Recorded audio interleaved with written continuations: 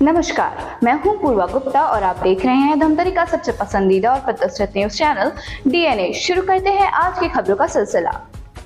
धमतरी के कुरुद नगर पंचायत में निकाय चुनाव के पहले राजनीति अब गरमाने लगी है। कुरुद के विधायक और पूर्व मंत्री अजय चंद्राकर ने अचानक नगर पंचायत में चौपाटी निर्माण के विरोध में अपनी ही सरकार के खिलाफ मौन धरना का ऐलान किया, लेकिन इस ऐलान के कुछ घंटे बाद ही उन्होंने धरना स्थगित कर दिया। विधायक अजय चंद्राकर ने खुद प्रेस कॉन्फ्रेंस लेकर इस मामले में अपनी पूरी बात रखी।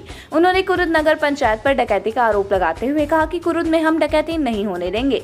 उन्होंने इस मामले में वृंदावन सरोवर चौपाटी निर्माण में धांधली का आरोप लगाते हुए इसे डकैत करार दिया और उन्होंने बताया कि प्रदेश पर प्रभारी नितिन नवीन और स्वयं छत्तीसगढ़ के मुख्यमंत्री विष्णुदेव साय के हस्तक्षेप के बाद उन्होंने अपना मौन प्रदर्शन का इरादा बदल दिया है। अजय चंद्राकर ने मीडिया के सवाल पर कहा कि यह सरकार के खिलाफ प्रदर्शन नहीं है। स्थानीय मुद्दों को जनता तक ले जाना जनप्रतिनिधि की जिम्मेदारी होती है।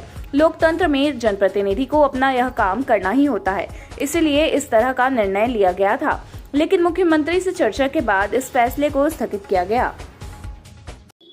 किस चीज का विरोध करने पे रूपरेखा बदल गई? अभी मैंने थोड़ी देर पहले प्रेस वार्ता में इस बात को बताया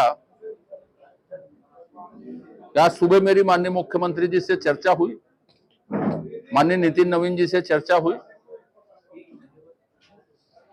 मैं चर्चा से अपने कुरुद के साथियों से जिन्होंने इस मुद्दे में संघर्ष किया था उनको अवगत कराया और इसलिए उस चर्चा से संतुष्ट होकर आज के आंदोलन को हमने स्थगित किया, मुद्दे को स्थगित नहीं किया। स्थगित होगा या पोस्टपोन हुआ, आगे जाकर हो सकता है। डकैती पर तो अंकुश हम लगाएंगे, स्वरूप अलग है। जनता की अदालत में भी जाने थे तो आपको चूंकि अवगत कराया था तो आपके माध्यम से मैं कुरुद शहर के क्षेत्र की जिले की जनता को यह बताना चाहता हूं कि नगर पंचायत में हम डकैती होने नहीं देंगे। एक, अवैध प्लाटिंग होगी नहीं। अवैध माइनिंग को वैध जो धमतरी जिले में माना जा रहा है और वैध को अवैध माना जा रहा है, इस पर अंकुश लगे और नहीं तो महानदी में प्रशासन टैग लगा दे कि अवैध माइनिंग अलाउ। देखते हैं क्या स्थिति बनती है। सारी स्थिति हमने माननीय मुख्यमंत्री जी को बताई है और हम चर्चा से पूरी तरह संतुष्ट हैं। सरकार आपकी है, आपकी पार्टी के आंदोलन का आंदोलन लोकतंत्र में जनता को बताना सबसे बड़ा अधिकार है। मैं आंदोलन में मौन धरना था मेरा। जो बातें बोल रहा हूं ना तथ्यों के साथ, जिस दिन बिगुल बजेगा उस दिन सुनिएगा आप इस बात, समझ रहे हैं ना। मौन धरना का मतलब होता है ध्यानाकर्षित। पार्टी नेतृत्व ने कहा कि इसकी भी जरूरत नहीं, हम हैं आपके साथ, कुरुक्षेत्र के साथ, धमतरी जिले के साथ, तो उससे मैं संतुष्ट था। निकाय चुनाव आगे हैं। पिछले बार जो चुनाव हुआ उसमें अप्रत्यक्ष रूप से मुखिया चुने गए थे निकायों के, अब क्या उसको फिर से प्रत्यक्ष? ये थोड़े दिन में स्थिति स्पष्ट हो जाएगी कि किस पैटर्न में चुनाव हो रहा है। एसीएस की अध्यक्षता में कमेटी बनी थी, क्या अनुशंसा है मैंने पढ़ा नहीं है, पर जो भी स्थिति बनेगी वो सबके सामने आ जाएगी। उपचुनाव हो रहा है छत्तीसगढ़ में भी, किस तरह की स्थिति बनती, क्योंकि एक तरफ बिल्कुल युवा चेहरा उतारा गया है, दूसरी तरफ आपको बता दूं, कल मैंने प्रेस वार्ता की थी और फिर मैंने ट्विटर में भी लिखा। रायपुर में वो ट्विटर में सोशल मीडिया में खूब वायरल हुआ। दो बातें बताता हूं अलग अलग तरीके की आपको।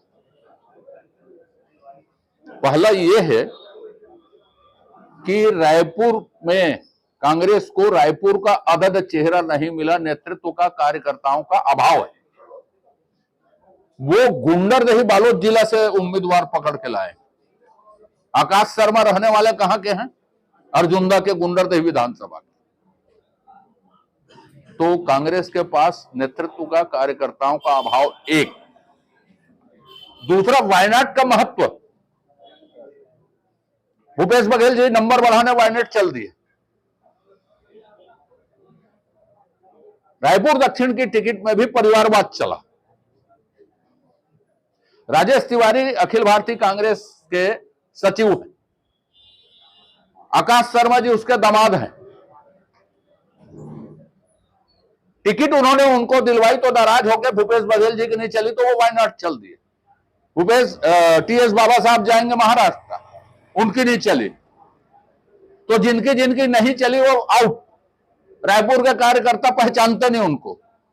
तो एक बलि का बकरा चुनाव में कांग्रेस ने प्रस्तुत किया।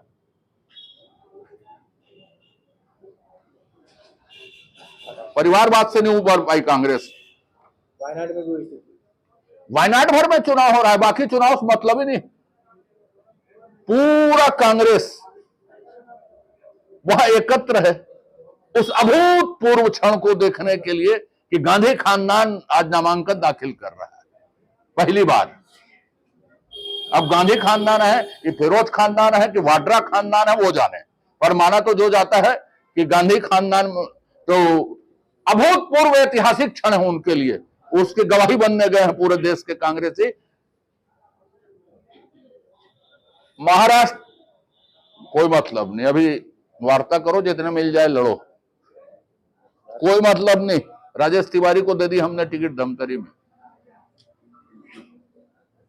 झारखंड कोई मतलब नहीं, हमको मतलब है सिर्फ वायनाड। ये कांग्रेस। इस मामले में कुरुद नगर पंचायत के मौजूदा अध्यक्ष तपन चंद्राकर ने भी सारे आरोपों पर पलटवार किया है। तपन चंद्राकर ने कहा है कि नगर पंचायत में जब भाजपा सत्ता में थी उस समय जो धांधलियां यहां हुई हैं उनका पूरा काला चिट्ठा वह कभी भी पेश कर सकते हैं। तपन चंद्राकर ने यह भी आरोप लगाया है कि अजय चंद्राकर की सरकार में सुनवाई नहीं हो रही है। इसी बात से वह बौखलाए हुए हैं और इसी भाव का बौखलाहट में वह अपनी ही सरकार के खिलाफ पहले धरना का ऐलान करते हैं, फिर उन्हें स्थगित करना पड़ जाता है।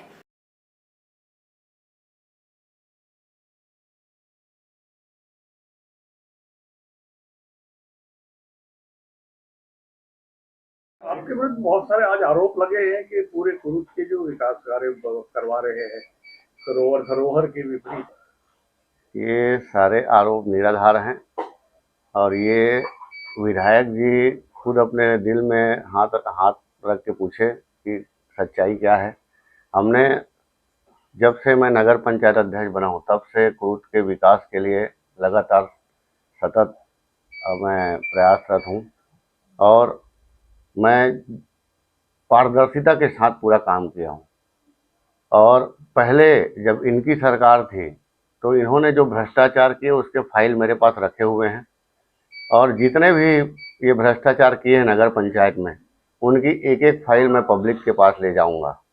मैं पहले ये कॉम्प्लेक्स मुंह में ही बांट देते थे, कभी इन्होंने बोली नहीं लगवाई और हमारे कार्यकाल में हम 36 लाख, 35 लाख, 40 लाख में एक एक कॉम्प्लेक्स बेचे हैं।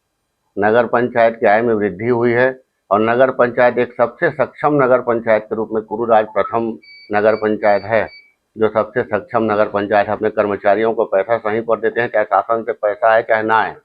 हम सारा विकास चाहे रोड हो नाली हो वो हम नगर पंचायत के निधि से कर देते हैं, शासन के पैसे का इंतजार नहीं करते। और जहाँ तक विधायक जी बोल रहे हैं कि कुरुद नगर पंचायत में डकैती हो रही है, लूट हो रही है, तो वो सबसे बड़े डकैत तो विधायक जी हैं। और उनके कार्यकाल में जितनी डकैती हुई है मैं नहीं समझता कि आज तक किसी विधायक ने मंत्री ने ऐसी डकैती की होगी। आज उनको मौन धरना में बैठने की नौबत आ गई। अपने ही मैं तो समझता हूँ नगर पंचायत के विरुद्ध नहीं था, ये मौन धरना शासन के विरुद्ध था। ये छत्तीसगढ़ सरकार के खिलाफ ये प्रदर्शन था और ये नितिन नवीन जी और सीएम विष्णुदेव साय जी ने इनको मना किया है, हड़काए होंगे तब ये बैठे हो, नहीं बैठ पाए। और ये वार्ड के लोगों, जिस वार्ड में ये कॉम्प्लेक्स बन रहा है उस वार्ड में इनके शासनकाल में 45 कॉम्प्लेक्स बने हैं जहाँ पर नशाखोरी हो रही है, जहाँ पर लोग बैठ के शराब पी रहे हैं, नशाखोरी कर रहे हैं। उस जगहों पे हमने चिन्हांकित करके 15 कॉम्प्लेक्स बनाने का निर्णय लिया है और ये परिषद में निर्णय हुआ है और सारे चीज़ विधिवत हुए हैं। उसका बोली भी विधिवत 6 तारीख को होना है। ये बोली होने के पहले ये आरोप लगा रहे हैं कि गलत हुआ है। हम टेंडर किए हैं, बकायदा उस टेंडर के प्रक्रिया में चल रहा है, काम चालू हुआ है, टेंडर हो चुका है, तो सब चीज़ विधिवत हुआ है। तो डकैती कहाँ से हुआ? किस नगर पंचायत में आज एक भी विधायक जी बता दे कि कोई काम गलत काम हुआ है? ये तो मुझे जैसे पंचायत के लोगों को, सरपंच लोगों को धारा 40 लगाते हैं, ऐसे ही मेरे कभी तक जेल भेजा चुके रहते हैं अभी तक, अगर एक भी गलत काम करता मैं तो। लेकिन ये कुछ कर नहीं पा रहे हैं केवल आरोप लोगों को उकसाने का, भड़काने का, गुमराह करने के प्रयास विधायक जी के द्वारा किया जा रहा है। और मैं तो कहता हूं उन विधायक जी को कि आज मैं चैलेंज करता हूं, कुरुद नगर पंचायत, आज प्रदेश में उनकी सरकार है, कुरुद नगर पंचायत में उनको हार का मुंह देखना पड़ेगा, ये मेरा चैलेंज है। आज हम सब कार्यकर्ता, सारे पार्षद और हमारे साथ हैं और हम एक साथ कुरुद के विकास के लिए खड़े हैं और हमेशा खड़े रहेंगे। सरकारी जमीन नहीं है, ये नगर पंचायत की जमीन है। कुरुद नगर पंचायत के क्षेत्र में जितनी जमीन आती है वो नगर पंचायत की होती है, उसमें पहला अधिकार नगर पंचायत का होता है। जब वो उसको अवैध बोल रहे हैं तो उन्हीं के सरकार में 15 कॉम्प्लेक्स कैसे बन गए? वो भी तो अवैध होना चाहिए। वो 45 कॉम्प्लेक्स बनाए थे, वो 45 कॉम्प्लेक्स भी अवैध होना चाहिए। उस 45 कॉम्प्लेक्स को पिछले 10 साल पहले उन्होंने 1,30,000 1,20,000 में बेचा था, उनके पूर्व नगर पंचायत अध्यक्ष ज्योति चंद्राकर जी ने। और उसमें शटर भी नहीं लगा था, उसमें भी नशाखोरी, शराबखोरी हो रही थी।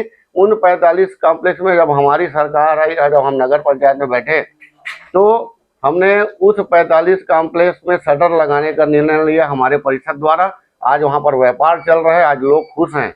और उसी में जो खाली जगह बचा हुआ है उसमें जब हम कॉम्प्लेक्स बनाना चाह रहे हैं जो खाली जगहों पे, तो वो अवैध हो गया।